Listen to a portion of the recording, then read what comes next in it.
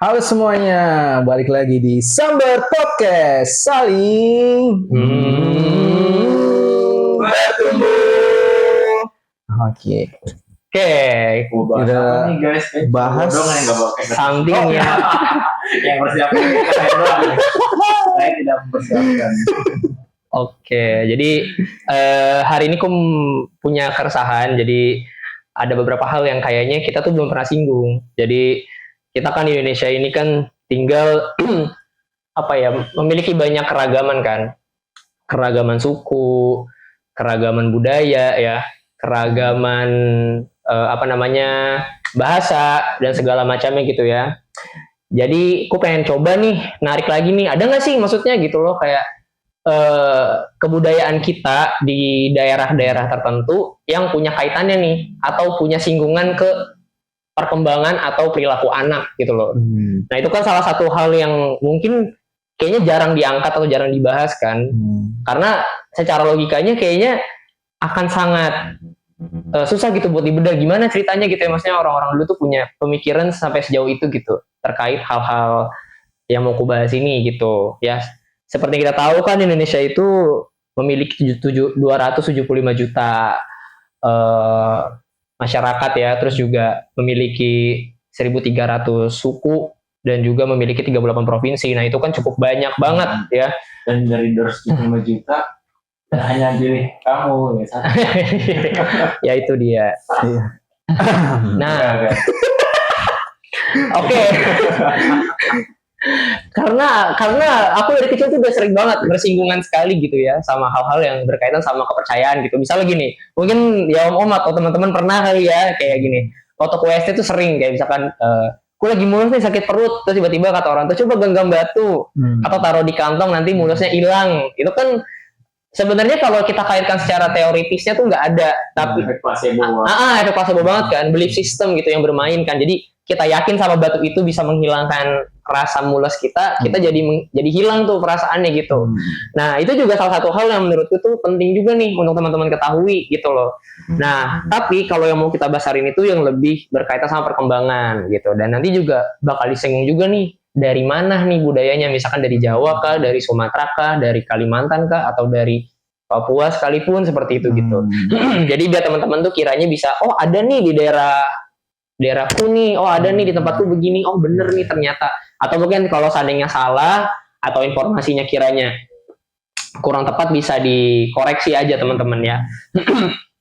Nah jadi keresahanku ini muncul karena aku sering lihat banget tuh kalau misalkan kayak kita main ke daerah kampung ya atau daerah-daerah pesisir gitu tuh banyak justru anak-anak yang punya fisik tuh lebih sehat dibanding anak-anak yang mungkin tinggal di perkotaan atau daerah-daerah yang mungkin daerah-daerah yang lebih layak lah maksudnya gitu ya. Nah itu juga sering jadi omongan juga tuh ke orang-orang kalau misalkan kayak aku lagi main ke rumah saudara gitu ya, terus nanya gitu ya kayak lu kerja di mana? Aku kerja di klinik nih om gitu misalkan.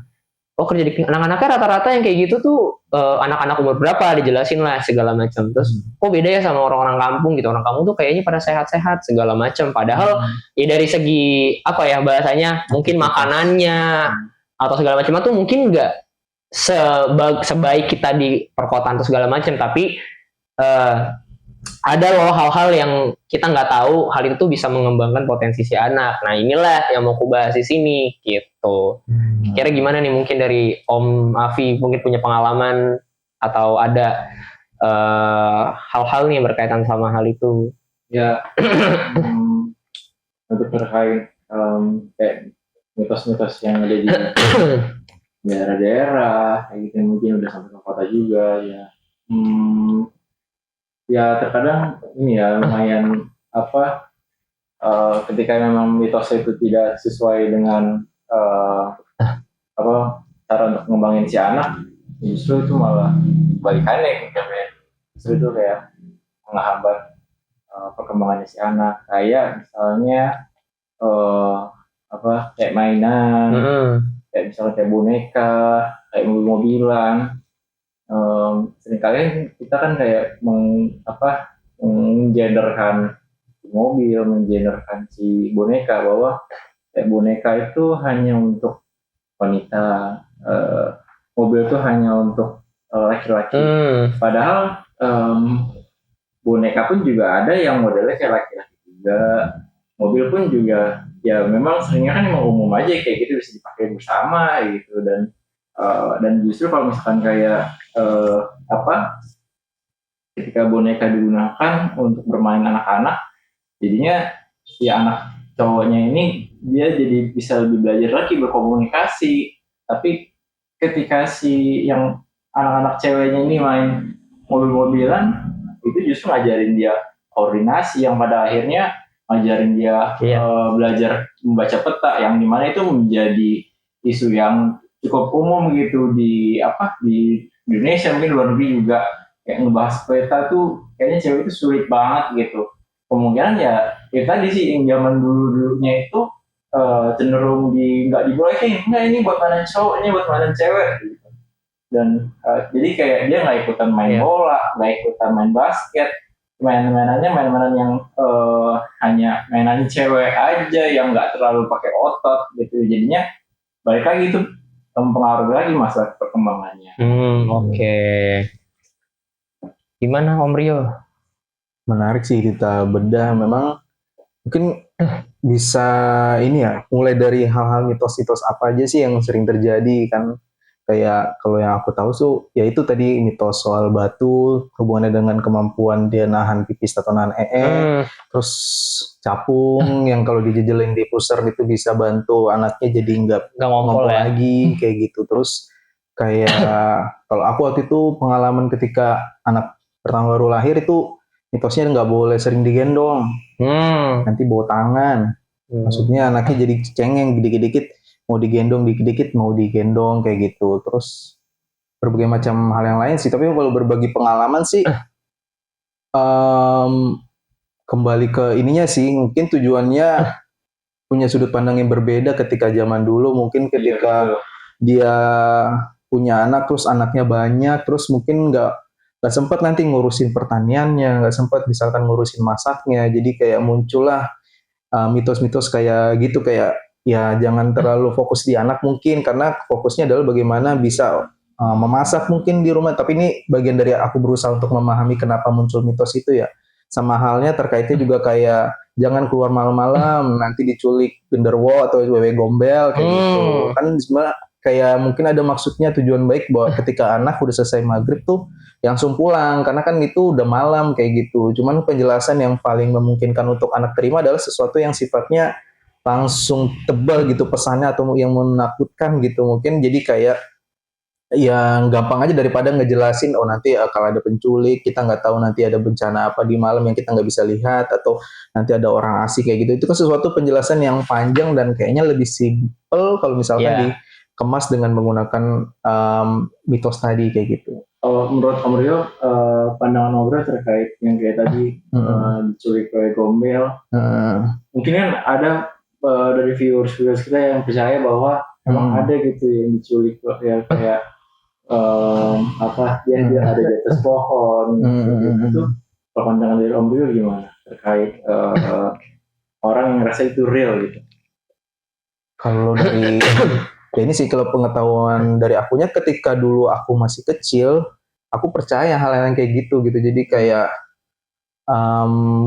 jangan suka duduk di depan pintu teras, juga di teras, nanti jodohnya susah kayak gitu segala macam. Jadi kayak waktu kecil kemampuan pengetahuannya sedikit, terus literasi membaca juga sedikit, ya udah langsung percaya aja. Jadi kayak hal yang wajar kalau emang ternyata apa yang dikatakan secara mitos, ya aku langsung percaya. Tapi ketika banyak pengetahuan yang aku baca, terus melihat juga dari YouTube, dari buku segala macam, terus dianalisa, rasa-rasanya tujuannya bukan rasa-rasanya nggak benar-benar seperti itu deh. Mungkin mesti tujuannya baik, tapi dengan cara yang lebih mudah kan, kayak ayo dihabisin makanannya, nanti ada polisi datang kayak gitu kan. Jadi sesuatu yang sifatnya mungkin berbau mitos atau segala macam lebih mudah, karena membuat anak tuh jadi lebih mudah menangkap pesannya. Dengan rasa takut, dengan rasa tegang, itu informasi jauh lebih secara psikologis jauh lebih mudah untuk diterima, maksudnya untuk dilakukan, karena udah merasa takut duluan kayak gitu. Dan apalagi kan pendidikan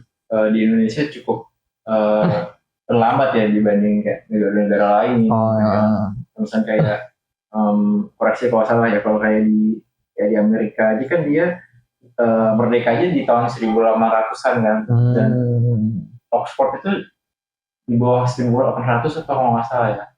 Lupa sih, itu udah lama banget lah ini. Nah, kan Indonesia kayak baru merdeka di 1945 dan otomatis kayak pendidikannya juga pastinya akan lebih terlambat juga, dan tambah dulu penjajah juga melarang kita untuk pendidikan ya. Sekolah. Jadinya menurutku sih mungkin itu juga yang membuat kayak mitos-mitos itu jadi banyak muncul. Jadi kayak baru pemahamannya di situ, jadi menggunakannya mitos-mitos itu untuk biar orang tuh percaya gitu. Iya, kalau dari aku ngeliatnya ke arah situnya sih, dan seiring dengan, tapi baik lagi sih mungkin ada orang dewasa yang percaya juga, cuman nantilah pas di akhir aku maksudnya buat kesimpulan akan hal itu. Cuman itu sih mitos-mitos yang mungkin kita bisa buka di openingnya, mitos-mitos apa yang sering terjadi kayak gitu. Tetap. Iya, aku sepakat sih. Ini buat penutup aja sih, buat intermezzo kita ya. Jadi memang sebenarnya hal-hal itu kadang terjadi muncul ya, kepercayaan itu kan satu karena mungkin dari keterbatasan pendidikan ya. Jadi orang susah mengakses informasi yang real gitu ya. Terus juga orang tuh lebih gampang percaya sama hal-hal yang sifatnya tuh menakutkan ya, kayak tadi ya polisi, kita sebut hantu, itu kan hal-hal yang maksudnya sifatnya mengancam kan. Jadi secara langsung tuh kita udah pasti tahu gitu, imbasnya tuh akan berbahaya nih buat kita. Jadi mau nggak mau kita harus ya tadi ngelakuin itu gitu.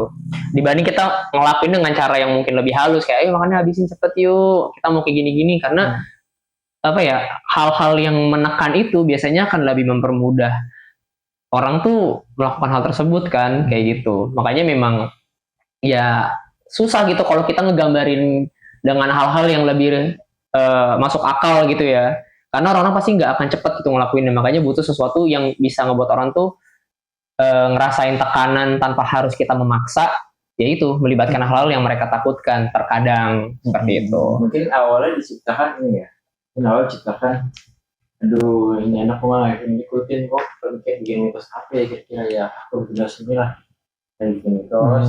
Terus habis itu ada orang lain yang dengar, terus orang lain dengar, akhirnya percaya ya, dan merasa kalau itu emang sebuah hal kenyataan ya. yang harus kayak Iya. gitu.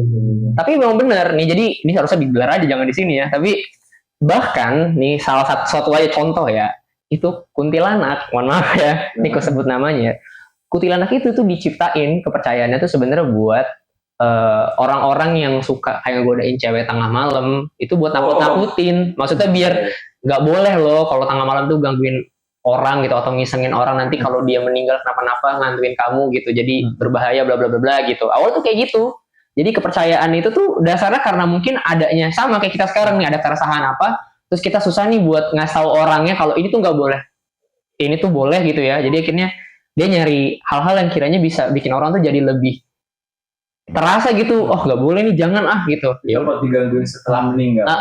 Atau ya itu orang-orang yang diganggu itu nantinya jadi dendam, terus dia ngelakuin hal di luar itu jadi berdampak buruk buat dia. Ya sama kayak tadi Wewe Gombel kan, mungkin karena anak-anak kalau maghrib itu kan berbahaya ya, karena gelap segala macam, takutnya kenapa-napa, ya udah dibuatlah itu.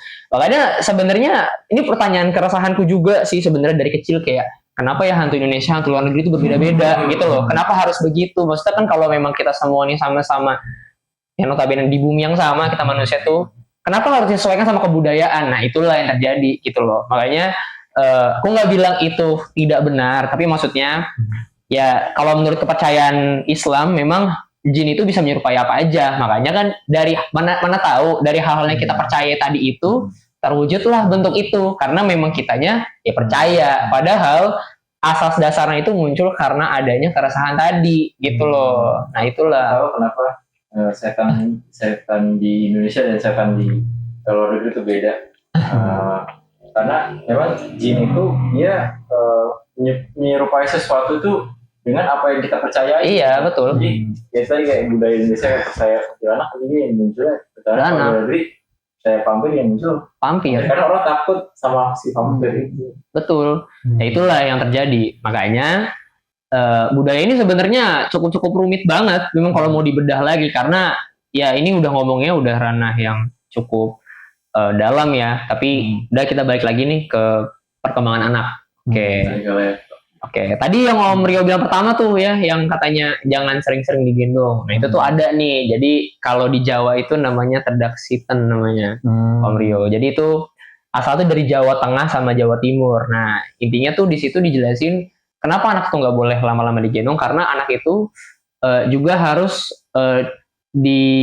dicoba diinjakan ke tanah itu di usia 7 atau 8 bulan. Nah, kepercayaan itu banyak kan tumbuh sehat kalau misalkan anak tuh dibiasain juga tuh buat di tanah bermain, jadi kan dapat juga tuh stimulasinya ya kan, karena ya bayi itu juga bisa lebih ngerasain teksturnya, bisa ngerasain nantinya ya situasi lingkungannya, sosialnya, segala macam. Nah, hal itu tuh berkaitan banget, makanya gue bilang sama ya perkembangan sensorik anak, karena emang nyatanya anak itu memang harus lebih banyak ya bersentuhan dengan tanah kan, karena bergerak aja tuh juga butuh kan stimulasinya gitu, karena kita harus bisa juga nantinya membedakan tekstur ya, membedakan bidang, terus juga kita juga harus bisa mengontrol tubuh kita untuk bergerak kayak seperti itu. Nah, dasarnya dari situ. Nah, makanya untuk budaya gini sih sebenarnya menurutku ya sangat masuk akal gitu sebenarnya. Jadi memang seharusnya ya seperti itu gitu. Tapi kalau aku kaitin lagi, memang sebenarnya hal ini tuh juga berkaitan sama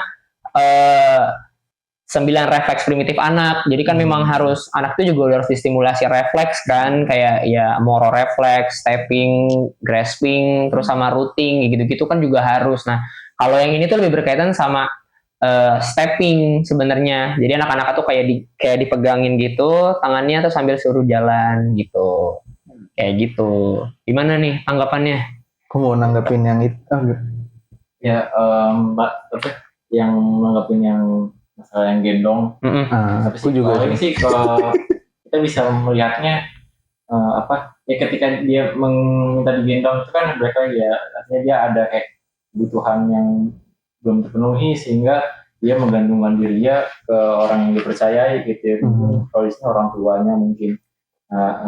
Mungkin kita bisa melihat juga sih kondisinya si anak kayak gitu. Misalnya ketika memang ingin disapih lah istilah zaman dulu rasanya sapi digendong itu ya kita bisa jangan langsung benar yang lengkap benar gitu. Kita bisa kita lihat dulu apakah dia memang lebih pede ketika dia berada sendiri gitu tanpa digendong, dan ketika memang dia udah siap, ya udah kita kasih gradasi dulu gitu. Ya mungkin kayak sehari cuma 2 jam misalnya kayak gitu, baru benar-benar dilepas gitu ya. Mungkin ini juga berlaku juga sih mau tuannya tanpa diagnosa ataupun yang berdiagnosa sih. Gitu. Pun nambahinnya ini yang jadi permasalahan adalah hal ini dilakuin ketika bayi yang baru lahir, bayi baru 2 minggu kayak gitu. Aku balik lagi seperti yang udah kita bahas, kita tahu mungkin ada tujuannya, makanya misalkan keluarga atau sanak keluarga mengatakan hal itu berdasarkan kepercayaan yang memang sudah ditanamkan sejak dulu kayak gitu. Cuman kembali lagi ketika sudah punya pengetahuannya, terus punya materi lebih luas lagi bahwa ternyata nggak seperti itu gitu. Jadi kayak ketika ada sesuatu hal yang kita percayai, kalau dari aku ngelihatnya kita harusnya jauh lebih kritis lagi untuk melihat kepercayaan yang selama ini kita percaya kayak gitu. Bagaimana cara kita melihat anak atau cara mengasuh anak kayak gitu. Jadi kayak akhirnya pergejolakannya adalah kembali ke kayak teori Maslow aja, bahwa yang paling penting itu ada rasa amannya di situ sebelum anak artinya bisa mengaktualisasi diri atau menunjukkan eksistensi dia atau menunjukkan keterampilan dirinya dia, skillnya dia buat orang lain kayak gitu.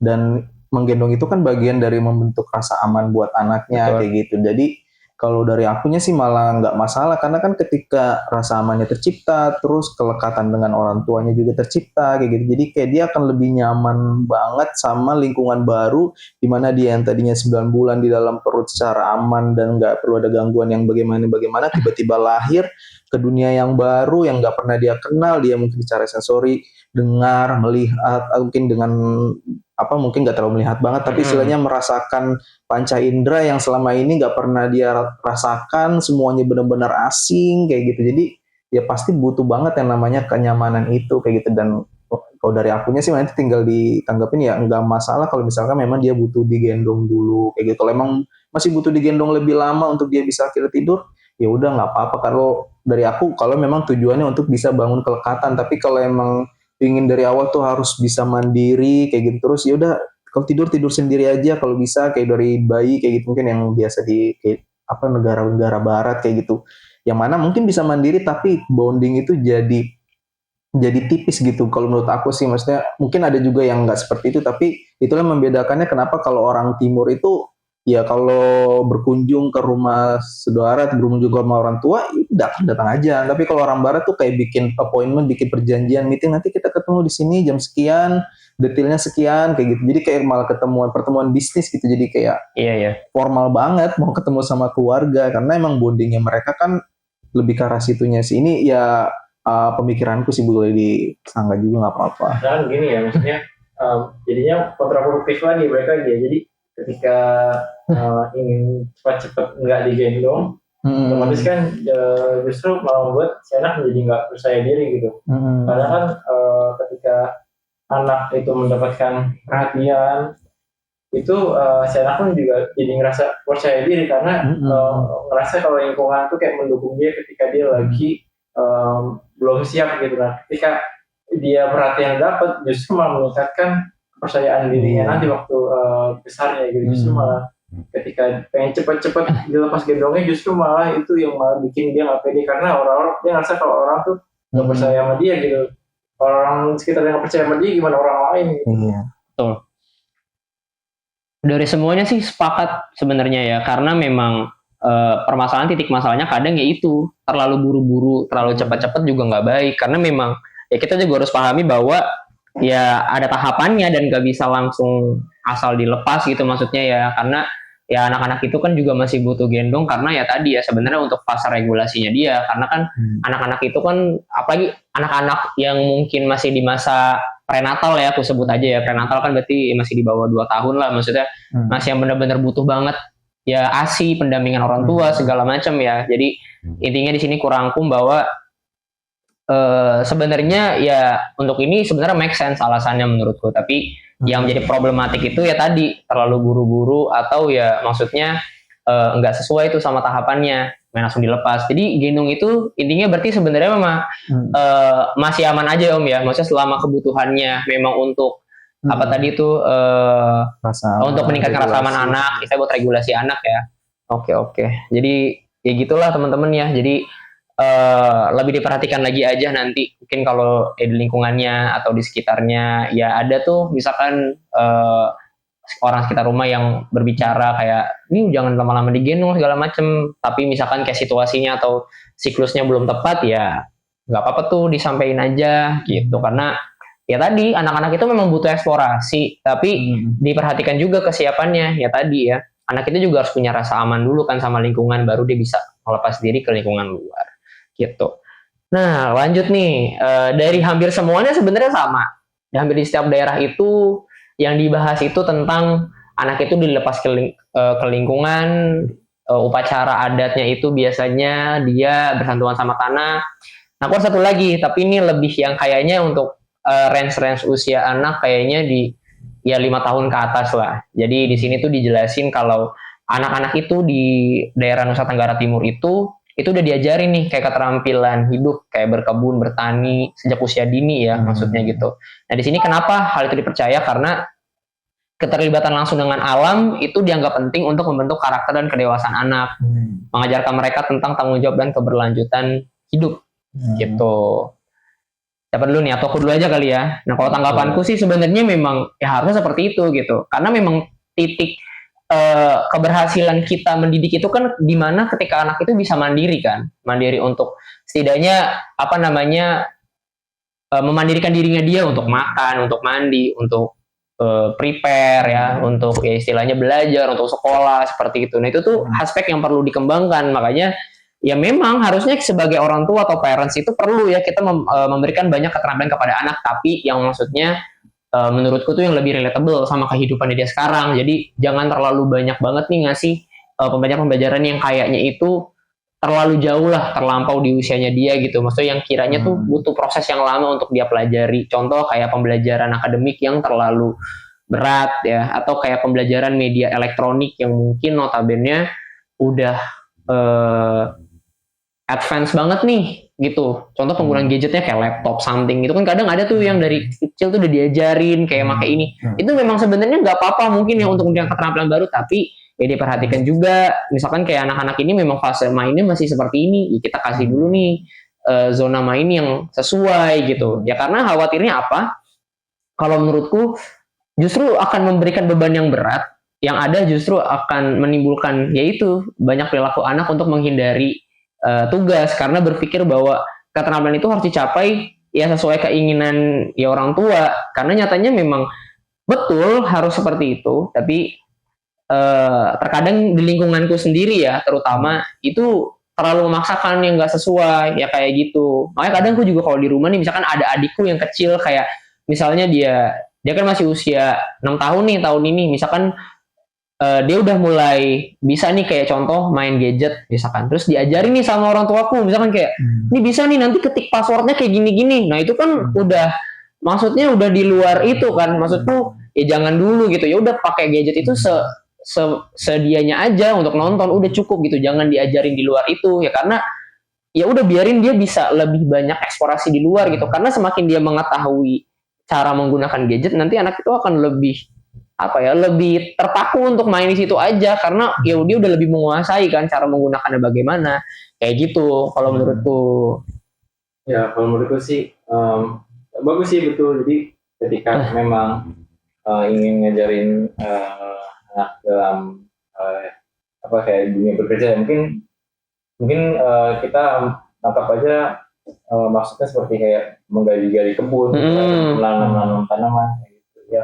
Kalau menurutku sih kalau memang misalnya itu dia dari orang tuanya bertujuannya untuk kayak memberitahu aja, untuk mengetahui aja, terus nggak cuma di zona berkebun doang, maksudnya nggak di zona yang memang bapaknya kerjain kayak gitu, cobain ke hal-hal lain, dan abis itu diperhatikan juga berapa durasinya, terus lihat juga anak ini kuat apa enggak, terus juga divariasikan juga dengan main-main sama teman-temannya, ya itu nggak apa-apa sih. Cuma beda cerita kalau misalkan di sini fokusnya benar-benar kayak biar anak bisa bekerja nanti pas gedenya, jadinya nggak diperhatiin tuh ketahanan si anak, terus juga mungkin bapaknya jadi maksa banget ke si anak, terus mungkin kayak aktivitasnya itu aja, yang nggak jauh dari berkebun atau mungkin mancing atau mungkin pokoknya hal-hal yang kayak di situ-situ doang kayak gitu. Jadi kayak kalau fokusnya untuk belajar sih nggak apa-apa, kalau fokusnya untuk kayak orang dewasa banget sih jangan ya. Sih enggak. Kalau bentuk mitosnya maksudnya itu kan kayak nasihat buat anak bermain di area bercocok tanam, pertanian segala macam. Kalau nggak dilakuin berarti ada ketakutan yang diciptakan atau enggak? Nah ini di sini nggak dijelasin sih untuk yang part yang ini ya. Jadi nggak mandiri mungkin. Iya mungkin lebih nggak mandiri sih kayaknya sih. Tapi intinya ini kayak nggak cuma mitos aja sih, tapi lebih ke kebudayaan mereka, tradisi-tradisi tertentu sih menurutku yang kayaknya berkaitan ya terkait tadi sih perkembangan kepercayaan mereka gitu loh. Kayak harus kayak gini nih mungkin. Karena memang nggak di sini nggak semua disebutin, jadi cuman kayak kepercayaannya aja apa gitu loh, gitu sih. Kalau aku tertariknya narik sedikit ke pendidikannya sih, soal relevansinya. Seringkali kan ya itu ya udah, kalau emang misalkan dia di daerah pertanian atau misalnya daerah berbukit-bukit, ya udah nggak apa-apa anaknya dikasih fokus belajar tentang gimana cara bertani segala macam. Tapi kalau emang anaknya tinggal di pesisir pantai dan kalau emang dia kehidupannya banyak dengan menggunakan perahu dan segala macam, ya udah keterampilan yang dia harusnya didukung adalah keterampilan berlayar, keterampilan membuat kapal, keterampilan membaca arah angin misalkan segala macamnya kayak gitu sih. Itu yang menurutku mungkin sedikit aja sering luput sama pendidikan formal sih kalau yang itu ya. Maksudnya keresahanku melihat soal pendidikan bahwa seringkali ya udah ini ada materi semuanya tentang bertani, ada tentang biologi, semuanya IPA IPS tuh langsung dikasih ke anak, nggak peduli itu relevan buat anak atau enggak kayak gitu. Jadi itunya kalau dulu aku sih selama itu relevan dan oke buat anaknya nggak apa-apa kalau dari akunya sih. kayak gitu. Memang sepakat sih. Karena memang yang sekarang jadi masalah itu terkadang relevansi memang. Ya kayak tadi, ya kayak di rumahku kayak gitu ya. Kayak ya anak, kalau misalkan adikku nih kayak di zona umurnya dia 5 tahun sekarang lagi sukanya melukis, ya udah kembanginnya menurutku ke situ gitu. Kita eksplor maunya apa, mau coba gimana kayak gitu. Justru dengan kayak tadi, maksudnya dengan mengenalkan gadget yang maksudku yang sampai titik kayak password segala itu kan kayaknya nggak perlu ya, maksudku kayak ya udah secukupnya aja gitu. Justru nih kita bisa ngasih porsi dia kesini, kecuali mungkin menggunakan gadgetnya untuk ngembangin gambarnya ya, kita beliin kayak ya pen khusus gitu ya untuk gadget segala macam, ya silahkan. Kadang aku juga suka bilang kayak jangan, aku bilang karena nggak cocok buat dia, justru nanti ngehambat perkembangan skills dia yang ini nih kalau dia udah kena paparan yang gadget ini, aku bilang kayak gitu. Gue penasaran diskusi ke orang tua, akhirnya orang tua feedbacknya kayak gimana, bentuk respon balik? Oke, jadi karena kan pernah di satu titik kayak aku lagi, karena emang posisinya tuh kan kamarku di atas, kamar orang tua di bawah. Jadi emang si adik ini tuh biasanya lebih suka gambar-gambar tuh di kamar orang tua. Kan aku juga nggak sopan kan kalau setiap hari masuk bolak-balik segala macam kan kadang. Jadi kadang misalnya satu momen, misalkan aku lagi kayak mau pamit atau mau pergi, terus aku lihat nih lagi dia berdua gitu sama ayah sama adik nih lagi main HP, lagi nonton, terus kayak ngomong gini nih passwordnya ya, ketik ini gitu. Terus aku denger, aku tanya, ngapain lah, kan nama adikku Lala ya, lah ngapain lah, diem tuh dia kan nggak ngerti. Terus bilang ini mau ngasih tahu nanti kalau buka HP bapak nggak ada gini caranya gitu. Jangan, aku bilang karena menurutku dia udah cukup aja udah buat nonton, jangan ditambah-tambah lagi nih buat ngajarin dia buka ini buka itu, udah cukup gitu. Aku bilang nanti dia makin gak mau main, makin gak mau gerak tuh badannya karena udah nyaman banget sama gadget kan. Gue kata orang takut, ya nggak apa-apa kan, takutnya bapak lagi pergi, bapak keluar, nggak ada yang ngawasin, kasihan kalau sendirian gitu alasannya. Tuh ya nggak apa-apa, aku bilang kan dia juga punya buku gambar, dia juga punya buku. Kalau kita tinggal juga dia suka gambar-gambar, suka coret-coret. Aku bilang kan nggak harus dipaksa juga buat main HP. Kalau dia nggak mau, ya udah biarin aja, aku bilang gitu. Tapi kadang nggak anteng kata gitu. Kalau gambar-gambar, kalau bosan biasanya udah marah-marah. Ya nggak apa-apa, aku bilang maksudnya daripada dipaksa dia kayak gitu, nantinya riweh. Atau ya udah bapak nggak usah pakai password, udah langsung aja stylein aja sebelum dia tinggal, udah langsung dibuka di YouTube-nya aja. Jadi jangan dari awal nyalainnya diajarin, terus buka passwordnya diajarin. Terus akhirnya ya feedbacknya ya kayak gitu. Ada sih sedikit tegangnya tuh kayak ngomong, ya udah sih biarin aja, lu juga kerja kan segala macem, ya biarin aja dia nonton gitu, udah nggak apa-apa. Gue bilang ya udah sok silakan, gue bilang cuman kalau menurutku ya nantinya dia bakal jadi nggak mau belajar karena ya udah nyaman banget nih, udah punya kendali penuh nih akses sama gadget, gue bilang karena udah tahu cara bukanya, cara nyalainnya segala macem.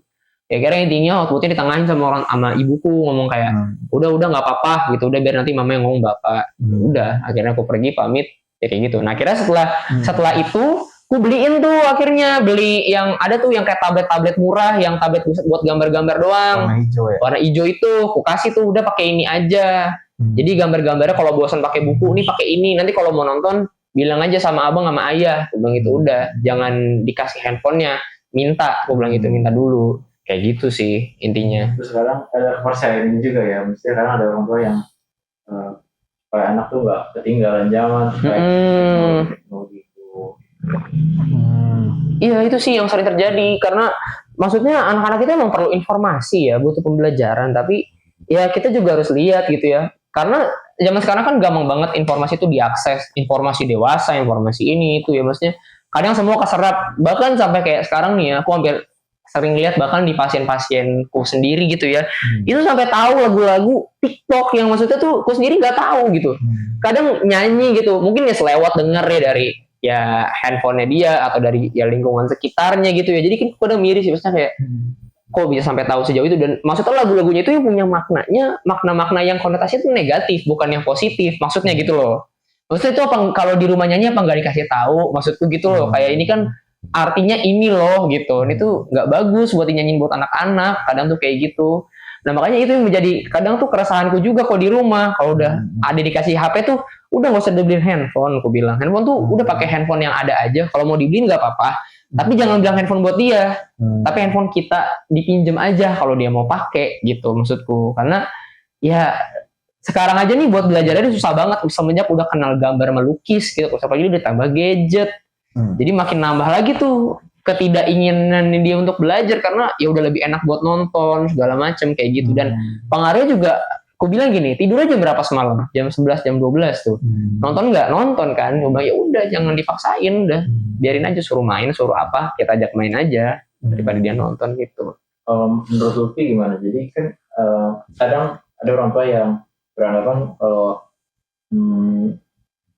ketika memberikan YouTube Short kayak gitu kan, ini dari YouTube Short ya, atau mungkin dari TikTok, itu kan membuat si anaknya tuh bisa tenang, terus orang tua itu bisa jadi istirahat.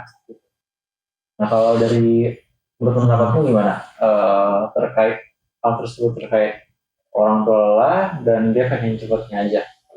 Oke, dia itu bisa istirahat. Iya. Ini sih sering terjadi juga, yaitu di rumahku sendiri ya. Kadang buat makan, buat tidur, ya buat segala macam lah. Tapi kadang aku nggak sepakat sih sebenarnya, karena menurutku gini, semenjak ada handphone itu ya tidur jadi larut ya anak. Maksudnya kan dia kena radiasi itu kan bikin mata justru tegang ya, bukan ngantuk. Kadang mungkin ada juga yang ngantuk ya, mungkin kena paparan temen. Kebanyakan kan karena kena radiasi itu kan kena nih otot wajah tuh jadi justru tegang gitu. Jadi kadang susah buat ditidurin, terutama buat anak-anak gitu ya. Kadang aku biasanya lebih bilang gini kayak, mending kita kayak gini aja nggak sih, kita ajak main jalan-jalan, nggak apa-apa deh habis maghrib jam 7 jam 8 kita main kemana, main ke taman kayak, kalau taman nggak ada ya udah kita main di rumah aja, main apa atau bareng-bareng kayak ya kan suka gambar, udah kita main gambar bareng-bareng, nanti dia capek udah suruh minum susu tidur. Kadang gue bilang kayak gitu, udah handphone biarin aja nggak apa-apa. Handphone tuh jamnya jam-jam ya jam-jam yang enak aja kayak siang kayak atau pagi mungkin ya, jam-jamnya dia udah pulang sekolah atau apa. Jadi biar gak ganggu nih. Nah jam-jam sore itu, jam tidur itu biasanya aku saranin buat lebih kita main aja aktivitas rame-rame dibanding kita paksa dia nonton biar kita bisa tidur. Tapi anak ini kita tinggal informasi yang kita nggak tahu, nanti jadi buruk akibatnya. Karena nih ya, ini aku pernah alamin sendiri sih sebenarnya, kayak tetangga-tetanggaku nih. Jadi waktu itu pernah tuh ke rumah ada arisan gitu, terus bawa anak-anak kecil seumuran adikku lah, kayaknya 7-8 tahun, beda dikit lebih gede. Itu omongannya udah omongan-omongan yang ada di tayangan. Ku denger nih sekilas, kan ku nggak enak ya mau negur, mau intervensi gitu ya. Jadi ku tanya ke orang tuaku dulu, itu anak-anakku umur berapa mam? Aku bilang itu anak-anak umur 7-8 tahun kayaknya, anak SD kelas 2. Anak SD udah bisa ngomong kayak gitu. Aku bilang ngomong-ngomong kayak ya bahasa-bahasa kotor, contoh kayak jancok gitu maksudnya. Kayak bahasa-bahasanya kayak ngomong-ngomong, maaf ya, kayak ngomong-ngomong ya what the fuck kayak gitu. Itu kan bahasa-bahasa yang konotasinya kan kasar ya maksudnya gitu loh. Dan itu kan jadi dinormalisasi karena sekarang ya orang-orang tuh jadi itu kayak bahasa slang, bahasa-bahasa gaul kan. Jadi biasa nih orang dengar. Tapi kan untuk anak-anak umur segitu kayaknya belum make sense gitu dia ucapin. Dan orang tua itu menanggapinya biasa aja gitu loh. Maksudnya aku sendiri itu khawatir gitu kalau ntar adikku nonton, mungkin ku lagi tidur, ku nggak tahu dapetin tayangan contoh yang berbahaya. Ya entah kekerasan, permasalahan seksualitas, ya gitulah ya, gender cewek sama cewek mungkin, atau cowok sama cowok yang kita nggak tahu. Karena pernah satu titik tuh ku nonton di kegap tuh lagi ada video-video kayak gitu kan di YouTube Shorts kan, karena juga random kan, kadang muncul aja tuh, langsung ku ambil aja, dan jangan nonton ini, nonton yang lain aja. Akhirnya semenjak itu aku bilang sama mamaku, kalau dia mau nonton kasihnya YouTube Kids aja, jangan YouTube yang kayak gini. Karena ya itu berbahaya banget. Maksudnya untuk ya anak-anak itu kan memang kayak gelas kosong, kayak botol kosong maksudnya gitu loh. Dia kan ngisi dari apa yang dia lihat, apa yang dia terima kan. Ya khawatirnya kan dia belum punya filterisasi yang baik nih dari segi pemahaman dia ya. Ya aku takutnya kayak gitu sih. Makanya aku nggak sepakat. Mending aku suruh dia main aja sampai capek baru tidur. Gitu. Ketahuan bergadang tapi maksudnya ya endingnya jelas gitu. Karena aku sering banget aku bergadang kayak nemenin dia gitu, kayak main gambar nggak apa-apa. Ntar kalaupun misalkan kayak capek ya udah gitu. Kalau aku tiduran ya udah, yang penting jangan nonton aja, intinya kayak gitu. Kalau aku pribadi. Jadi dia lebih ke ini ya, lebih ke ketika memang orang tuanya lagi ada energi, kita bisa manfaatin untuk main bareng sama si anak, supaya nanti anaknya capek, supaya nanti ketika si orang tuanya itu lagi energi lagi beneran habis, nggak nggak ngasih anaknya. Betul. Karena ya itu sih, aku takut sebenarnya beneran. Karena aku sendiri pun kadang ya ada aja gitu selewat-selewat. Maksudnya lagi anak-anak yang nggak ngerti ya, maksudnya gitu loh. Apalagi kalau nanti dia udah mulai menanyakan konteksnya itu apa, itu kan yang berbahaya. Karena ya sebenarnya nggak masalah, cuman kayak takut aja gitu kita salah jelasin, salah ucapin ya kan, jadi something yang bumerang buat kita dan anak gitu endingnya. Kalau kita ngasih tahu, oh kenapa nggak kasih tahu nih, wah ada sesuatu nih. Anak udah jadi masalah. Jadi ngerasa kayak ini sesuatu hal yang harusnya nggak aku tahu nih, berarti hal yang bukan yang baik gitu maksudnya kan. Gitu. Oke, kita lanjut nih yang ketiga, yang terakhir mungkin ya, karena rata-rata sama ini. Nah, yang ketiga ini dari Sumatera Barat nih, Minangkabau. Jadi di sini emang mitosnya sih nggak kelihatan juga ya, tapi intinya sih di sini namanya itu tradisi Batombe. Nah, Batombe ini tuh intinya anak-anak kecil tuh diajak ngikutin ritme tarian, kayak nyanyian sama tarian gitu, sambil napuk-napuk tikar atau benda keras. Jadi kayak ya napuk-napuk itu sambil nyanyi. Nah, kepercayaannya ini, aktivitas ini bisa ngelatih pendengaran anak, koordinasi tubuh anak, ritme tubuh anak, sama memperkenalkan mereka pada nilai budaya dan kebersamaan gitu. Kira-kira gimana nih tanggapannya guys? Dan saya kayak apa ya? Ya kayak napuk-napuk itu sih intinya, kayak napuk-napuk tikar sama benda-benda keras. Ya mungkin anggaplah benda kerasnya apa ya, contoh. Ya kita di sini maaf ya kalau salah, kursi lah misalkan, atau meja kali kita nyanyi gitu, kayak gendang-gendang kalau kita kayak lagi iseng kan di meja kelas gitu. Menurutku bagus sih, ini merasa pendengaran dia, merasa tampil dia, dan sosialnya juga kayak gitu sih. Kalau aku ambil bedanya aja, jadi nggak bagus kalau emang anaknya nggak minat ke situ. Kalau untuk memang kepentingannya untuk misalkan apa namanya, untuk kebudayaan ya udah, kalau dicoba ya boleh. Tapi kalau ternyata emang anaknya nggak punya bidang di situ, dan kan soal itu memang kelihatannya sesuatu yang mungkin dianggap harusnya bisa karena udah ini jadi tradisi kita kayak gitu. Tapi yang perlu dilihat kan keterampilan anak atau kemampuan anak, atau mungkin sensori anak itu kan berbeda-beda kayak gitu. Bahkan skillnya juga bisa beda, walaupun anaknya sama-sama lahirnya sama, tanggalnya sama, anak kembar pun punya kemampuan yang berbeda kayak gitu. Kalau dari aku sih tetap harus menggali keunikan anaknya sih, apakah dia punya kemampuan untuk hal yang lain. Kan ya balik lagi pakai kata-kata Afi sih, maksudnya untuk kontraproduktif kan tujuannya untuk bisa kayak melestarikan kebudayaan. Kenapa enggak cari hal yang memang anak sukai untuk melestarikan kebudayaan, tapi mungkin bentuknya yang lain kayak gitu. Entah mungkin lewat nyanyian, kalau emang ternyata dia suka nyanyi, nggak harus yang gerakan tarian seperti itu kayak gitu. Oke.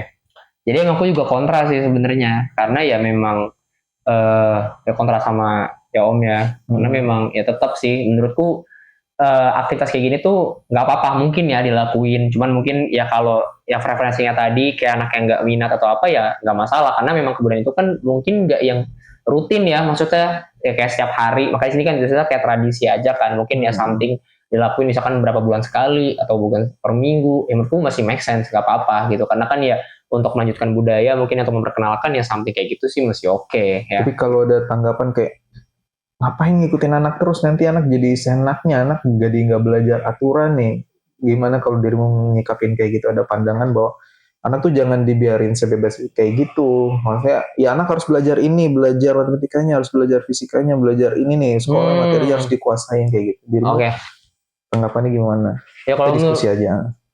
Menurutku ada plus minusnya, maksudku ada kontra, ada pro, ada kontranya. Kalau pro-nya menurutku memang harus tetap ada relnya atau ada batasannya, anak-anak itu harus tetap kayak dikasih tahu mana hal-hal yang perlu dipelajari atau hal yang perlu dikuasai itu apa aja nih poin-poin pentingnya, karena memang tetap aja ya menurutku kembali lagi ke awal, karena regulasi pendidikan kita itu kan memang yang tadi semuanya kayak gado-gado dicampur jadi satu, dituang aja gitu maksudnya. Jadi kan susah buat kita ngikutin minat ya, kecuali ikutin ekskul. Jadi ya mungkin untuk nantinya jangka panjangnya dia, investasinya dia perlu, tapi kalau kontraknya kalau berlebihan, maksudnya kayak tadi terlalu engkang banget, harus bisa ini, harus bisa itu tuh juga nggak juga. Jadi kalau aku lebih berpikirnya silakan kita ajarin, kita kembangin tuh kayak, ayo coba yuk kita belajar fisika, kita belajar biologi, something lah mungkin ya. Tapi kalau nyata di tengah jalan anak itu susah atau kesulitan maksudnya, tapi dia justru menonjol di pembelajaran yang lain, contoh kayak IPS ya, kayak ekonomi, sejarah atau geografi gitu ya. Menurut itu nggak apa-apa, itu nilai plus bahkan. Jadi kita lebih tahu mana yang perlu kita kembangin nih, nilai-nilai atau kemampuan anaknya gitu kan. Daripada kita maksain semua anak bisa, yang ada nantinya mempengaruhi anak jadi malas untuk belajar yang ini, yang dia bisa, nantinya malah menghancurkan dia untuk mau mengeksplorasi pembelajaran yang baru. Karena ya apapun yang menurut orang tua benar itu ya harus dikuasai gitu. Jadi ku masih memang ada tengah-tengah tuh untuk itu. Karena ku pribadi memang ngerasain sekali gitu. Ku di sekolah itu justru malah suka hal-hal yang gak suka sama orang. Contoh kayak pelajaran-pelajaran geografi, pelajaran-pelajaran kayak fisika itu kan kadang orang ngerasa susah, fisika tuh susah segala macam. Kalau di sekolahku ya maksudnya gitu. Jadi bahkan waktu UN aja tuh cuman ada 10 siswa kayaknya yang ngambil itu tuh UN-nya fisika dulu tuh di sekolah, karena mungkin pada rata-rata ngambilnya biologi, lebih gampang kan, nggak ngitung rumus, nggak ngitung ini itu gitu. Ya tetap nantinya orang tua pasti bakal kayak kontra, kayak kenapa nggak belajar ini aja yang gampang kan, buat nanti kamu kuliah kan lebih enak. Gue bilang ya nggak apa-apa, justru kayak daripada aku maksain belajar yang ini, punya nggak nyaman, punya nggak bisa, nanti malah susah kan, repot juga gitu. Jadi ya tetap orang tua tuh harus punya aturan juga, relnya, kasih tahu make sense-nya tuh kenapa anak tuh harus belajar ini itu, tapi juga jangan sampai terlalu berlebihan ngasih porsinya, karena ya tetap harus diperhatikan juga, nggak semua anak itu punya kemampuan intelijensi atau kognitif tuh yang sama gitu. Mungkin ada yang mungkin fast, ada yang fast learner, ada yang mungkin lambat, ada yang mungkin di mid aja kan kayak gitu. Jadi memang penting sekali untuk kita ngenalin anak itu gimana nih kemampuan belajarnya. Makanya kan kalau kita sekolah kan pasti bakal ada yang namanya tes IQ kan biasanya waktu SD, SMP atau SMA, biasanya di awal-awal belajar tuh biasanya dikasih kan, biar nanti tuh guru juga tahu nih anak ini tuh pembelajarannya kayak apa. Nah menurutku juga orang tua perlu tuh nantinya paham sosialisasinya kayak gitu. Kalau anak ini tuh punya range IQ itu segini, oh berarti cara pengajaran kita tuh nggak bisa nih terlalu nge-push gitu loh. Menurutku itu tuh nanti yang harusnya dijadiin kayak borderline nih, untuk nanti kita ya tadi Om ngasih semua yang orang tua mau gitu loh. Menurutku tes IQ itu ada kontradiktifnya sih, dan lebih banyak kontradiktifnya menurutku gitu. Gimana tuh? Karena misalnya anak tes IQ kan, ini untuk anak yang udah sadar ya. Iya yang bagus lah ya. Di tes IQ terus anak ini kita tahu kalau IQ-nya itu jelek. Otomatis kan karena si anak ini tahu IQ-nya jelek, sangat mungkin kalau anak itu motivasinya jadi rendah gitu. Jadi insecure. Dan jadi insecure. Dan sedangkan kan untuk mendapatkan nilai yang bagus itu kan bukan cuma dari IQ doang gitu. Ada dari kegigihan, ada dari motivasi gitu. Dan ketika anak pun IQ-nya bagus juga, nanti si anak pun juga akan ngerasa kepedean juga nih, kalau ini anak IQ bagus kan, gue pintar jadi gue nggak perlu terlalu banyak belajar. Iya. Oke. Bener sih, memang ada plus minusnya, tapi makanya kalau aku pribadi sih sebenarnya tes IQ tuh ya mestinya cukup sampai, mungkin bagusnya ya mungkin cukup sampai di tahap ya guru dan orang tua, karena ada plus minus juga. Mungkin kalau anak tahu, anak bisa lebih tahu nih, saya punya kekurangan, saya juga harus belajar. Tapi kan mungkin ya nggak semua anak punya base mental health yang seperti itu gitu kan ya. Takutnya anak justru malah jadi mundur, jadi minder, jadi malu, jadi segala macam ya. Karena memang di Indonesia sendiri nih menurutku ya, nilai itu tuh memang jadi tolak ukur banget sih buat kayak naikin status atau strata gitu ya kehidupan.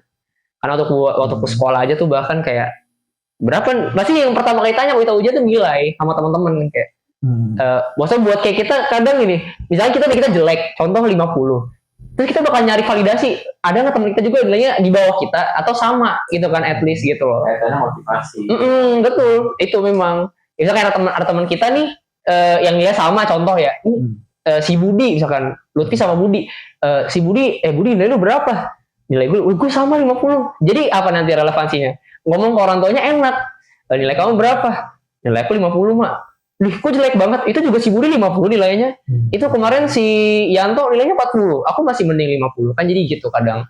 Makanya ya memang cukup apa ya istilahnya ya fragile banget buat ngomongin itu. Tapi maksudku memang pentingnya orang tua tuh minimal harus tahu gitu ya anaknya itu ada di tipe yang mana gitu. Maksudnya dari sepengamatannya gitu loh. Karena memang susah banget sih memang untuk ngebedah anak ini tuh apa yang pantas dipelajarin. Kadang orang tua tuh dari pengalamanku pribadi orang tuaku sendiri itu ngomong gini, kenapa mama tuh ngasih lebih kebebasan mau ikut ekskul apa aja. Orang aku tuh nggak pernah ngelarang-larang ikut paskib, ikut aku tuh nggak pernah ngelarang. Bahkan aku di sekolah itu SMA, aku hampir semua ekskul ikutin, ikut ekskul paskib, ikut teater, ikut basket, ikut futsal, ikut pramuka, ikut ikut tari, dance, ikut something kayak kegiatan apa tuh namanya dulu tuh hadro OSIS, ikut juga rohis ada tuh kan sekolah. Enggak.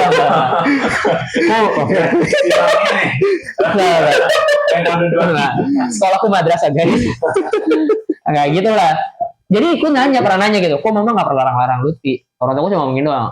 Mama tuh biarin Lutfi tuh mau nyoba apa aja. Nanti kan Lutfi sendiri yang nentuin mana yang cocok sama Lutfi kayak gitu. Kalau Lutfi cocok sama ini, udah terusin. Kalau yang enggak ya tinggalin gitu.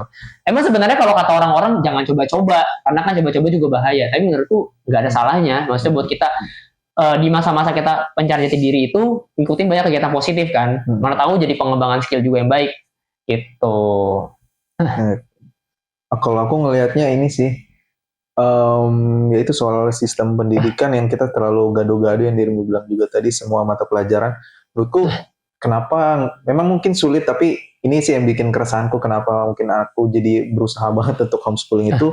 Seandainya kayak mungkin ada adikmu sendiri gitu, ya udah dia sukanya menggambar kayak gitu, ya udah kita kuatin aja di menggambarnya, gimana sih cara menggambar yang baik, tema apa yang kamu suka kayak gitu. Terus kita udah mantap nih menggambarnya. Terus gimana dengan pengetahuan yang lain ya? Kenapa nggak dimasukin aja pengetahuan yang lain itu untuk mendukung kemampuan menggambarnya dia? Kalau misal gitu ya.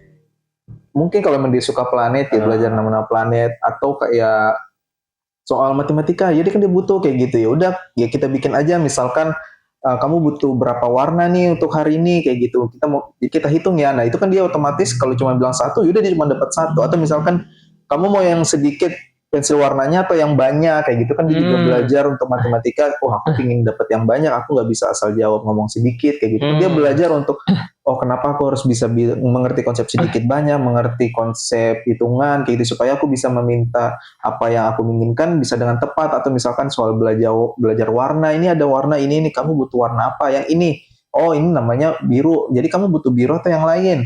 Oh biru, oke. Ini jadi makna dia untuk memahami warna biru itu memang sesuai dengan kebutuhannya dia untuk bisa menggambar. Misalnya aku ingin menggambar langit kayak gitu. Terus ya udah, kalau emang ini sih masuk ke sana, kalau emang dia nggak perlu nggak belajar fisika, kalau emang nggak mendukung kemampuannya dia, ya udah nggak apa-apa. Tapi kalau suka ya udah, ya nggak apa-apa untuk belajar untuk memuaskan hasrat pengetahuan. Tapi kalau emang ternyata dia nggak butuh, kenapa harus dipaksain? Toh kan secara psikologis, coba boleh ingat-ingat lagi, pengetahuan apa sih yang kayak pengetahuan sejarah, hafalan segala macam yang akhirnya kita ingat ya, nggak kita ingat, atau kita ingat mungkin tipis-tipis, tapi itu pun karena mungkin berkesan. Tapi pada akhirnya ketika ingatan atau keterampilan itu nggak kita gunakan, secara otomatis kan otak berusaha untuk melupakan materi itu, karena kita butuh ruang penyimpanan, menyimpan materi-materi yang kita butuhkan dalam kehidupan sehari-hari. Bagaimana berkendara motor, bagaimana kita sebagai seorang terapis, bagaimana caranya kita bisa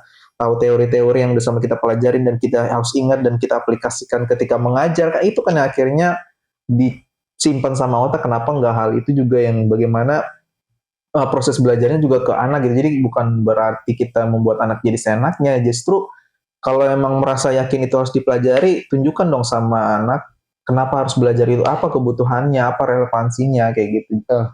Kan paling sederhananya sih ya, pertanyaan mungkin nggak perlu dijawab juga apa-apa. Sampai sekarang untuk apa kita belajar Pitagoras kayak gitu.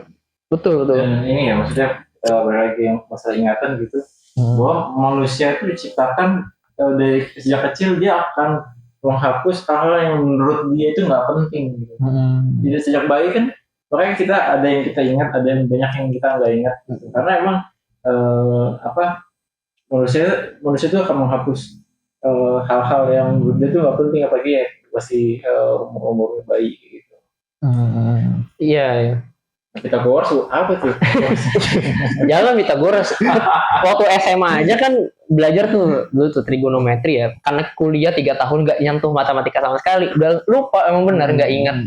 Tapi kalau yang Om Rio bilang itu sama tuh kayak ya model terapi kan. Jadinya berarti kayak client center ya Om ya. Jadi berarti intinya kita berpusat sama ya keinginan klien maunya apa. Jadi kita belajar tentang seputar apa yang dia mau, yang dia bisa, yang bisa dia kembangin kan. Iya tuh. Karena itu memang perlu, betul. Karena ketika ini ya Om ya, karena ketika sesuai dengan kita bikin sesuai dengan minatnya, itu bukan cuma hanya hal yang sepele aja gitu. Jadi itu juga akan meningkatkan motivasi dia, itu juga akan meningkatkan atensi dia, itu juga akan dia akan menjadi lebih dalam untuk mempelajarinya. Ketika itu menjadi minatnya dia. Gitu. Iya. Jadi kan sayang banget, ngapalin sesuatu. Energi otak tuh dipakai buat ngapalin yang akhirnya nggak berguna. Seandainya aja waktu dipakai buat mengasah keterampilan melukisnya bener-bener, dan entah dia jadi pelukis digital kan, terus pelukis digitalnya tuh dia bisa benar-benar spesifik nemuin ciri khas gambarnya dia yang orang lain tuh kalau ngelihat dari jauh tuh udah tahu ini gambarnya si ini. Itu kan sebuah pengembangan yang nggak bisa didapat dengan sehari 2 hari. Seandainya waktu menghafal materi yang akhirnya nggak digunakan atau hafalan-hafalan yang sifatnya umum aja yang memang gak akan kepake, diganti untuk waktu untuk mengasah keterampilannya, keterampilannya jadi lebih tinggi gitu, jadi lebih master gitu. Jadi itunya sih kalau aku ngelihat ke soal ke pendidikan atau soal kebudayaan yang penting untuk bukan berarti ngenak-enakin aja atau manja-manjain anak tuh seenaknya kayak gitu, enggak, justru dia harus dapetin motivasinya dulu. Karena bayangin aja seandainya kita kayak gini, kalau udah nggak diawasin lagi kayak gitu, pada akhirnya kita mau belajar kenapa ya, karena kayak aku ya misalkan belajar tentang psikologi segala macam ya karena aku udah nikmatin tanpa disuruh pun aku akan belajar kayak gitu. Atau kayak yang ini kita nggak dibiayain karena kita udah nikmatin dan suka Lutfi nyiapin bahannya juga kayak gitu, karena emang dia punya keresahan dari kayak dirimu juga cari-cari pengetahuan atau diskusi tentang pengetahuan yang lain ya karena tanpa disuruh sama guru, karena emang udah merasa haus akan ilmu pengetahuan tersebut kayak gitu. Nah itu yang sering kali menurutku sangat luput sih untuk yang dilakukan gitu. Aku coba melihat dari sisi orang-orang yang misalnya anak ini hanya menyukai kayak nongkrong aja sama teman-temannya dan dia cenderung menghindari pembelajaran ya mungkin kan mungkin itu juga jadi salah satu kayak point of view para orang tua yang itu bahwa mungkin ada orang yang maksud dia mengajak sampai sana gitu yang mengabaikan hal-hal yang menjadi pelajaran-pelajaran yang penting gitu, dan dia mungkin di minat dia nggak ada yang berguna bagi orang tuanya misalnya. Nah kalau menurut gimana? Ini sih memang orang tua kalau emang masih berpikiran dengan cara yang selayaknya udah pada umum mungkin akan sulit melihatnya. Tapi ya ini sih maksudnya ya kita ada punya kebudayaan soal bagaimana sekolah itu penting, tapi ternyata kan ketika gali-gali dengan pengetahuan ada yang lebih penting dari tentang sekolah, tentang pendidikan dan segala macamnya, faktor entah sensori segala macam kan itu membuat kita lebih siap lagi melihat anak gitu. Jadi kita nggak sekedar cuma percaya dengan teori-teori yang lama kayak gitu dengan telan bulat-bulat, tapi dengan adanya kita membuka diri ya otomatis kalau dari aku sendiri akan lebih mudah untuk melihat kayak ya kenapa dia suka nongkrongnya, apa yang bikin dia suka nongkrong, ya perlu digalinya di situ, entah apa karena emang dia merasa kesepian kayak gitu, apakah kita perlu bantu untuk dia ikut nongkrong juga, atau misalkan sebenarnya apa sih yang kamu sukai dari nongkrong? Oh ngobrol kayak gitu. Ya orang tua ikut nongkrong. Nah kan yang jadi tantangan adalah mungkin pasti anaknya nolak, tapi itu pintu masuknya. Kenapa nggak boleh? Itu kan jadi terjadi obrolan. Gitu. Jadi kayak kesannya jadinya berusaha untuk menggali secara langsung kan kayak emang nggak bolehnya kenapa? Oh karena ya akan terluat tuh emang yang jadi masalah kenapa? Nah secara langsung sebenarnya orang tua bisa mengasah kemampuan anak untuk berargumen kenapa orang tua nggak boleh. Nah itu kan bagian keterampilan komunikasi juga. Iya. Nah habis itu kayak kita bikin bargaining, maksudnya udah kamu boleh nongkrong tapi kapan waktunya. Nah itu kan belajar kita membuat perjanjian. Nanti kalau ada terjadi pelanggaran itu kan belajar untuk membangun rasa kepercayaan orang lain. Nah itu kan pembelajaran juga yang sesuatu yang sifatnya nggak formal, tapi itu juga penting. Dan sampai akhirnya mungkin bisa lebih dalam lagi, sampai kapan mau nongkrong, apa sih yang mau kamu capai lewat nongkrong kayak gitu. Apakah hal yang bisa kamu lakukan itu bisa membuat kamu jadi karir atau bisa menjadikan sebuah penghasilan, atau seperti apakah itu membangun relasimu untuk mengenal banyak klien yang banyak calon-calon klien yang akan kamu datangi kayak gitu, atau yang akan datang sama kamu, emang kamu punya skill apa. Nah itu kan sebuah hal yang bisa dilakukan, maksudnya tinggal masalah sudut pandangnya kitanya aja sih untuk bisa melihat potensi itu kayak gitu. Jadi ibarat gini ya, jadi ketika anak misalkan kayak tadi suka nongkrong aja, jadi kita tidak hanya melihat di topik minat aja, tapi kita lihat juga dari needs-nya dia, dari kebutuhannya dia. Ya mungkin bisa jadi dia butuh perhatian, mungkin di rumah ada dimarahin mulu gitu. Jadi mungkin dari sisi itu yang kita bisa rubah ya. Jadi ibaratnya kalau misalkan kita ingin merubah sesuatu, kita ubah dulu apa yang bisa kita ubah ya. Jadi itu bagaimana dari pola asuh dari orang tua ke si anak, mungkin ya stop bentak-bentaknya gitu, mungkin kayak perbanyak penegasan aja, jangan dibentak, perbanyak diskusi kenapa ini nggak boleh, lebih melihat dari sisinya si anak kayak gitu. Dan karena kan lain kan hal-hal yang kayak mungkin anak jadi narkoba dan segala macam, salah satunya ya mungkin ya karena nggak dapat, mereka kayak kepercayaan diri di rumah, nggak dapat bonding di rumah, jadi dia keluar untuk mencari hal tersebut gitu yang nggak dia dapat dari rumah, yang nggak terpantau, yang akhirnya mungkin bisa lebih melenceng.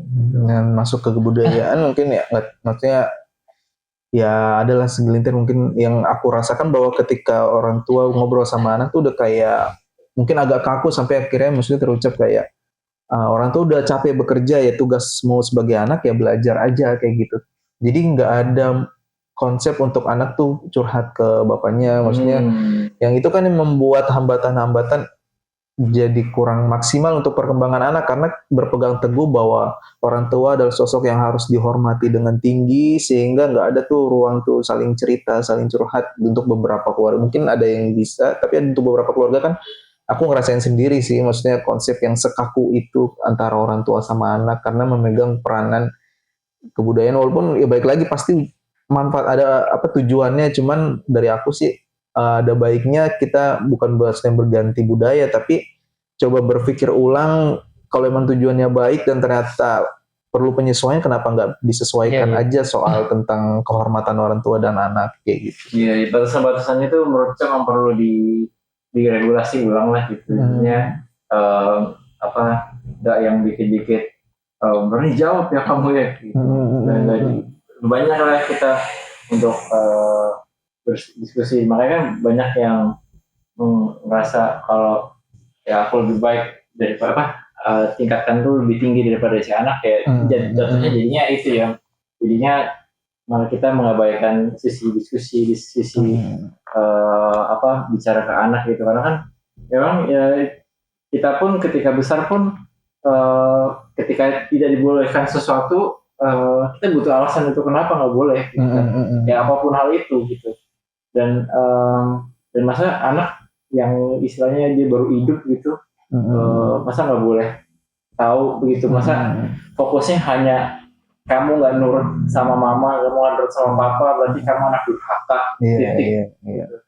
Itu sebenarnya gitu ya, kamu tak durhaka dan jadinya bikin anak-anak itu kamu anak-anak mungkin anak yang di bawah tahun 2000 ya, mungkin sekarang juga mungkin lebih banyak di bawah 2000 yang sehingga anak-anaknya jadi fatherless gitu, father figure gitu, kurang sih sayang dari ayah, kurang figur ayah, kurang figur orang tua gitu. Dan apalagi kayak ya mungkin masih ada yang yang ayah hanya bekerja, ibu hanya memasak mengurus anak gitu, sehingga itu tadi sih yang muncul kurangnya figur ayah gitu. Jadinya dia yang mencari perhatian lain, akhirnya lari juga mungkin ketika memilih pasangan juga nanti pada akhirnya memilih yang apa yang bisa jadi malah kurang baik lah ketika si anak ini kurang mempunyai figur ayah. Iya memang betul sih. Kadang blocking itu tuh bener-bener susah banget buat dihilangin karena ya kita pun hidup di negara pun kan pasti pakai sistem hierarki kan. Bukan hierarki itu maksudnya lebih ke tingkatan ya maksudnya gitu loh, jabatan lah maksudnya gitu. Kadang memang pola asuh, maksudnya maaf ya gen terdahulu ya maksudnya orang zaman dulu tuh memang ya yang tadi Om Rio bilang memang ya orang tua itu memiliki ikatan tertinggi gitu. Jadi ya anak itu cukup di tahap yang kayak misalkan ya belajar nanti mempersiapkan diri untuk ke depan, maksudnya ya nggak boleh ngebantah, nggak boleh ini nggak boleh itu, maksudnya kalau kemukakan ide pun ya harus yang maksudnya ya bertujuan dan make sense kan kayak gitu. Dan itu yang menurutku juga aku resah banget maksudnya gitu karena banyak sih di lingkunganku sendiri tuh kayak gitu kayak banyak anak-anak yang bahkan sampai kayak yang banyak yang lakuin hal yang tadi Om Afi bilang tuh yang kayak segala macam karena mungkin dia butuh something yang bisa nenangin dia, butuh sesuatu yang hal yang bisa ke elevasi stresnya dia segala macam karena ya di pihak keluarganya sendiri pun nggak bisa ngasih ya ruang untuk itu gitu, nggak bisa ngasih ruang keterbukaan untuk itu. Makanya aku pun kalau di rumah biasanya nih bakal coba buat mulai sendiri karena memang susah buat ngilangin ya kayak apa ya ya hierarki tadi kalau nggak kita sendiri yang buka atau kita yang nggak mecahin es itu gitu. Maksudnya memang aku sendiri ngalamin gitu di rumah kayak ya orang tua aku tuh mana ada aku pulang kerja ditanya kayak kerjanya gimana hari ini, capek nggak kayak gitu. Tapi aku harus mancing sendiri kayak nanya dulu kayak tadi gimana mah di rumah lagi pada ngapain misalkan lagi main ini nih tadi si Lala belajar nah itu kan udah mulai buka tuh. Dia bisa oke gitu tadi pada makan belum udah baru terus itu nggak lama kita bakal nanya balik kayak lu gimana kerjanya kayak gitu. Karena ya tetap namanya kita ya maksudnya ya orang tua gitu ya atau kadang gue sendiri ngalamin mungkin di ya paskib misalkan ya kita senior nih ya kita pasti pengen kita ditanya bukan kita yang nanya kadang-kadang kita ditanya bukan kita yang nanya maksudnya itu kan ya sebenarnya ego yang sebenarnya nggak dibenarkan memang ya tetap harus sama yang namanya komunikasi itu nggak harus satu arah kita pun bisa juga mulai yang namanya tingkatan itu kan cuma ada untuk lebih menghormati pada aturannya nih tapi untuk hal-hal yang lainnya yang maksudku kayak tadi diskusi, something kayak bercerita atau ya punya pendapat apa, ya itu tuh ya silahkan, nah itu nggak dilarang gitu kan. Nah itu tuh jadi pembatas banget akhirnya tuh. Kadang aku sering ngomong ke adikku sendiri yang pendiam banget.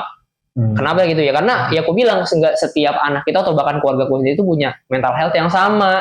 Ya jadi aku begini, adikku beda. Ini jadi kira adikku lebih pendiam, lebih yang pasif lah maksudnya gitu. Tapi kalau sama teman-temannya bisa ketawa, bisa ngomong yang wah, yang happy dan enjoy lah maksudnya gitu. Karena aku sampai nanya, kalau lu bisa kayak gitu sama teman-teman lu, ya rasanya ya nggak apa-apa, asik aja sama temen, nggak?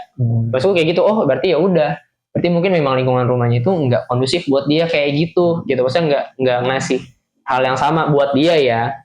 Makanya akhirnya aku coba buat rubah polanya, kayak ya sekarang seminggu sekali tuh cobalah jalan-jalan bareng-bareng, atau kemarin kita makan-makan yuk, kita kemana. Jadi biar apa tuh komunikasi. Akhirnya sekarang lumayan tuh sirkulasinya di rumah, adalah komunikasi dikit-dikit atau setiap malam nih sekarang suka nonton Netflix bareng-bareng, jadi kan dapat komunikasi kayak gitu. Karena memang yang gue bilang tadi untuk breaking the ice ini itu kita nggak bisa karena kita sendiri masih bilang gini, gue pengen orang tua gue tuh yang nanya gue, waktu juga pikirnya sama, gue juga pengen anaknya nanya. Ya udah kalau kita tahu kita ngerasa kita rasa ya kita aja yang breaking the ice. Kalau aku begitu, aku pikir memang banyak orang-orang tuh nggak berpikir kayak gitu, mikirnya kayak ya gue sebagai anak juga pengen ditanya sama orang tua gitu. Karena memang hakikatnya gue juga kan kerja, gue juga kegiatan.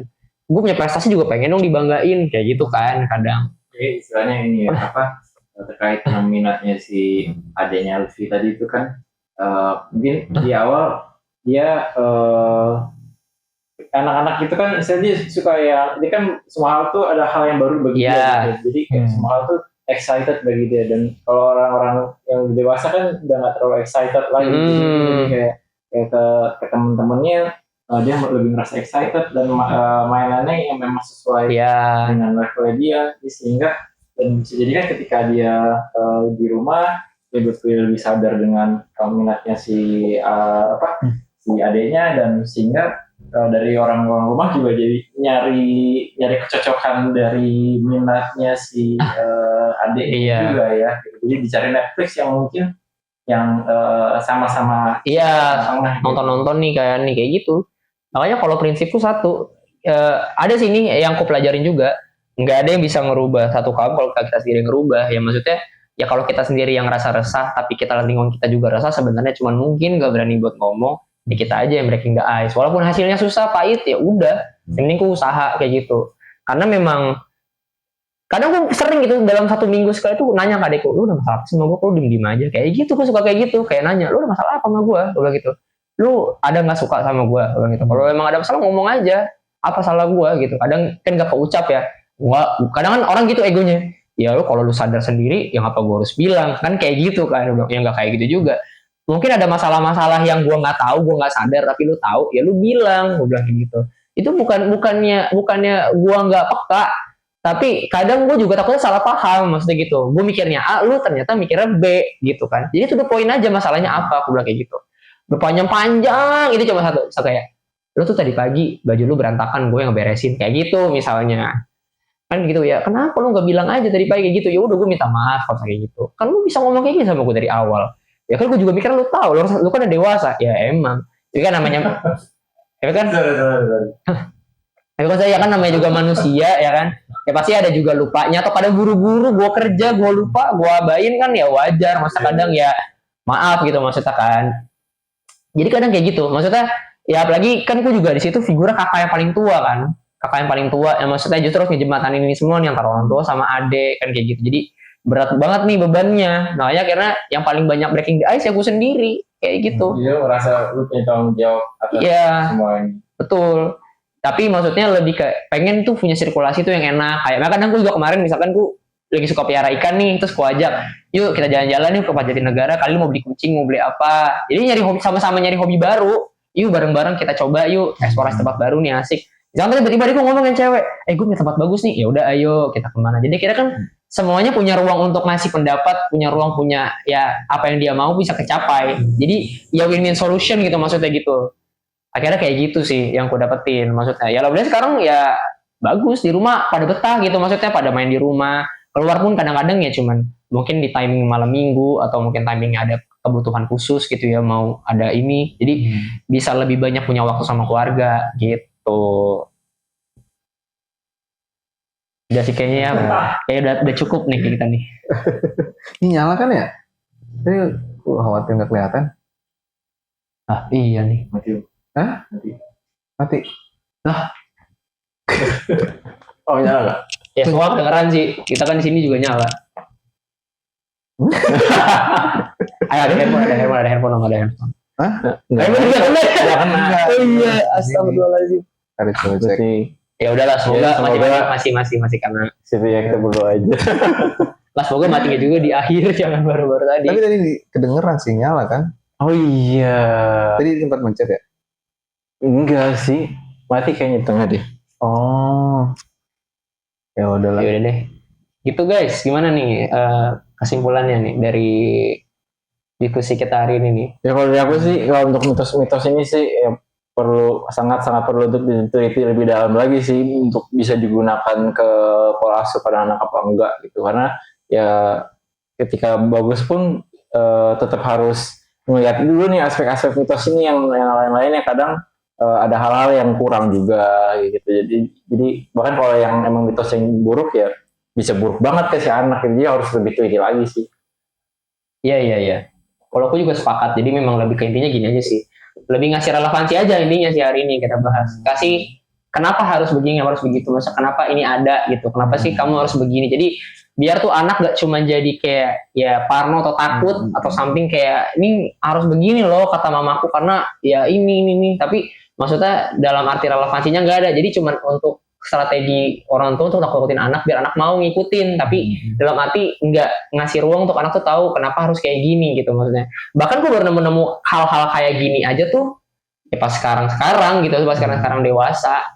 Bahkan nih, tapi gue kayaknya nggak mau ngomong di sini, ini kata-katanya kotor, rasa kayak bahkan kata-kata kasar, maaf ya nih, nanti kalau dikat juga nggak apa-apa, maksudnya ini buat kita aja. Nggak sebut gue ngangkat Pi. Ya udah, kalau mau ngekat ya kan, bisa maaf nih ya, kayak misalkan kata-kata kayak Singkat aja. Kayak ngentot misalkan. Kayaknya nggak disingkat deh. Itu kan singkatan kan? Enggak, NGT misalnya. Oh NGT, ya udahlah ada kesebut lah nggak apa-apa. Ini di tab itu ya, di tab aja lah. Apa pekerjaan gak ada? Ya udah. Nah, itu tuh artinya tuh ngencan total. Artinya ngencan total. Iya. Itu kayak gitu-gitu kan maksudnya tuh baru tahu bahkan sekarang gitu. Maksudnya hal-hal gitu orang tuh nggak ngasih tahu bahkan kalau kita udah ngomong kayak sekarang. Ya kayak gitu, gitu. So, kayak kasar lu ngomong kayak gini gitu. Atau ngomong binatang kenapa dilarang? Pembahasan yang lain kali, soalnya itu pembahasan soal bagaimana kita bisa berbeda memaknai sesuatu kayak Nah, itu. anjing itu bisa topik yang Iya. lain. Karena menurutku gini sih, bahasa NGT itu menurutku sekarang udah bukan ngencan Iya, total iya. gitu. NGT ya udah berhubungan badan, Iya, bukan udah ngencan prosesnya total. kesana. Jadi kayak ya memang singkatannya mungkin itu, tapi sekarang orang maknanya udah beda. Gitu. Ya karena mungkin ya udah keseringan digunakannya untuk konotasi yang itu ya. Ya gitu sih udah. Gitu. Nah, nyambung ke Luti ya paling itunya aja apa? Ya perlu ada evaluasi terus diskusi, dan kita juga terbuka sih buat kalau teman-teman yang nggak setuju atau setuju tetap ketik di kolom komentar kayak gitu. Soalnya 0 komentar kayaknya di video-video. Kalau di sini supaya engagementnya gede, Ya, apa-apa lah. Saling bertumbuh guys kita di sini. bantu bertumbuh ya. Oke, thank you guys. Oke, see you Bye. next video. Dah.